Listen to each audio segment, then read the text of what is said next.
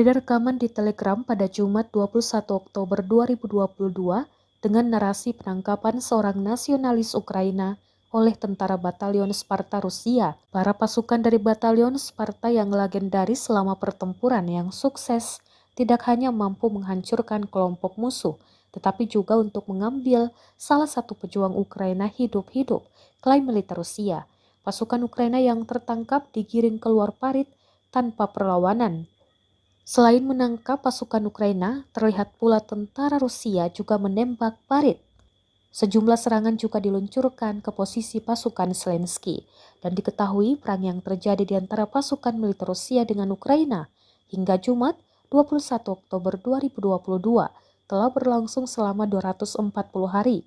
Konflik antara negara bertetangga tersebut sampai saat ini masih berlanjut dan belum tampak akan segera berakhir. Районах населенных пунктов Дробышева Донецкой Народной Республики и Нововознесенской Херсонской области, а также 69 артиллерийских подразделений на огневых позициях, живая сила и военная техника в 167 районах. Кроме того, поражены подразделения Вооруженных сил Украины и иностранных наемников в 8 пунктах временной дислокации в районах населенных пунктов Камышеваха, Запорожской области, Садок, Безыменные, Пятихатки, Херсонской области, Краматорск, Артемовск, Донецкой Народной Республики, городов Николаев и Запорожье.